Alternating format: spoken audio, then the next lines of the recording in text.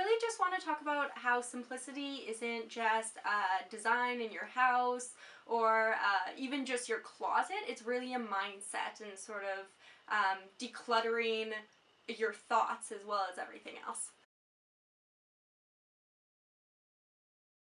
You guys have seen that we started with our clothing, and these first steps are very important. Yeah. So these are physical steps. So our clothing, I think that comes like more organically to people to think clothing first, just because you hear about simplifying your clothing more often. We love to toss. Yeah. Yeah. Oh yeah. And it's huge. It's huge because your closet is where your day starts and it is where your day ends. So if you are waking up in the morning and the first thing you're thinking of is, I have nothing to wear, oh my gosh, I should have done the laundry, you're getting your day off on just like an awful vibe and the wrong foot, and it's just a bad way to set your mind for the day.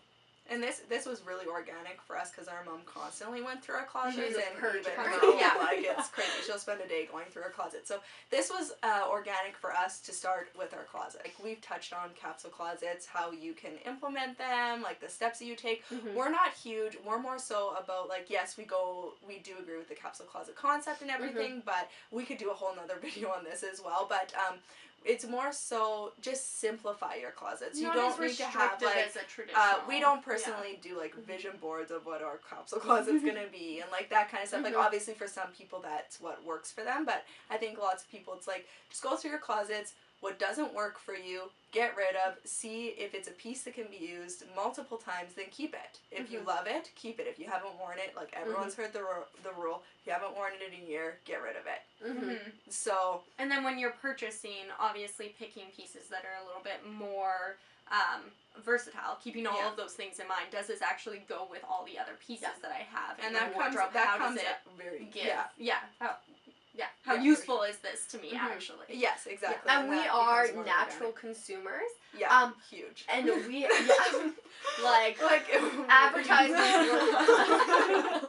But we just assume everyone has as much of a consumerist mind as we do, but turns out lots of people do. Like, you get sucked into buying that shirt. You're like, oh yeah, I need a new shirt anyway. You're like, this will look so good on me, and it's like a baggy t-shirt and like not your style at all. Next step that we took was we decluttered our homes. So like we said, toys, decor, huge decor. We were like decor junkies. Like, it's ridiculous. Yeah, you go to like again swapping.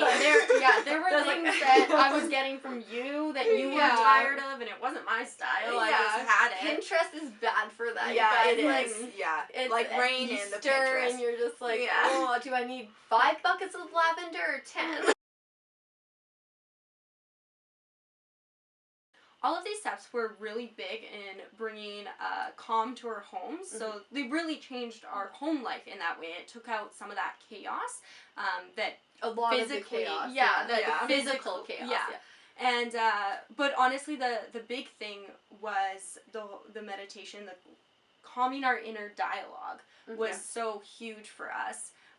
And we hadn't reached that step. Yeah, we hadn't gotten there. So it was so important for us to, there had to be another step. Everything talks about decluttering your home, decluttering your closet, all of this stuff. And we had done all those things and felt like something was missing still. We noticed that something was not, like, completely there yet. Like, our homes were getting decluttered, everything was happening in that sense, but we noticed our schedules, like we've said before, they were not very organized. Like, I mean, we're organized people in a sense, but like, we really just were like we really scattered minds and making mental lists. I think a lot of the times people think, well, schedules are for, like, business people. Or really busy people, or, like, I'm a creative person. I don't, like, work off a schedule. Yeah, not an A-type And we are here to tell you that you need a schedule. It doesn't matter if you're a stay-at-home mom. It doesn't matter if you're, like, a working mom. It doesn't matter if you're not a mom at all. You need a schedule to be your best personal self and to really, like, hone in on that, who you are. Like, let that person that you are shine through, because Yeah. all that people can see is like flickers, buzzing. like flickers of your personality in between those moments of like, oh yeah, like I need to run to the mall, or I need to go get groceries, or oh I have this meeting at this time, like oh what time was it again? And we were bad for that. And frankly, like, that is difficult for other people to be around. When, like, you're speaking to someone, but you can tell that they're thinking, like, mental lists are going, and they're just thinking about something else, or they're feeling very frazzled. I mean, we still get frazzled in certain situations, but, like, when you don't have the schedule, and especially the hour-to-hour schedule, it's very, very easy to get frazzled. And something that we learned was scheduling things that you don't think need to be scheduled. Schedule them anyway. Yeah, like eating. Having lunch. Like, it's amazing how much you're... Otherwise, we'd be eating all day. Or just like not at all. Or not at all, depending on what the day is looking like. And it's like you were saying, you schedule your laundry. Scheduling laundry changed my life. And like lots of people say this as well, but like what you write down is what you get done. But just making a random list is overwhelming. You need to like be able to be like, where can I get this done? It's shocking how much less you can actually schedule in. You have a huge list, and you're like, I'm gonna get this done today, and then you start filling in the hours, and it's not possible. Like, you need to be realistic. Yeah. Often, what I do is I'll do, okay, I'm gonna get this project done, like, for the business in between these hours, and then I also write it in a later hours, because I know that realistically, I probably won't get it all done, so I need to have another spot, especially for moms, especially when you have children. That is a huge thing, because otherwise you feel defeated. That was the third step that we ended up taking, was the mindfulness, meditation, planner. So more so simplifying our minds. And what we would suggest, if we were to do it again, is to make that third step actually the first step. It's probably the most important. If you're to take anything from what we're saying, definitely simplify your minds. That is like the biggest Everything thing. else will follow. Yeah. And then your kids' closets. Or maybe your kids' closets first. Thank you for listening.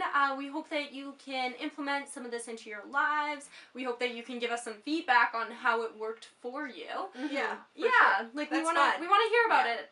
So enjoy the rest of your day. Bye. I don't know what to say at the end of it. No, it's cute. Bye.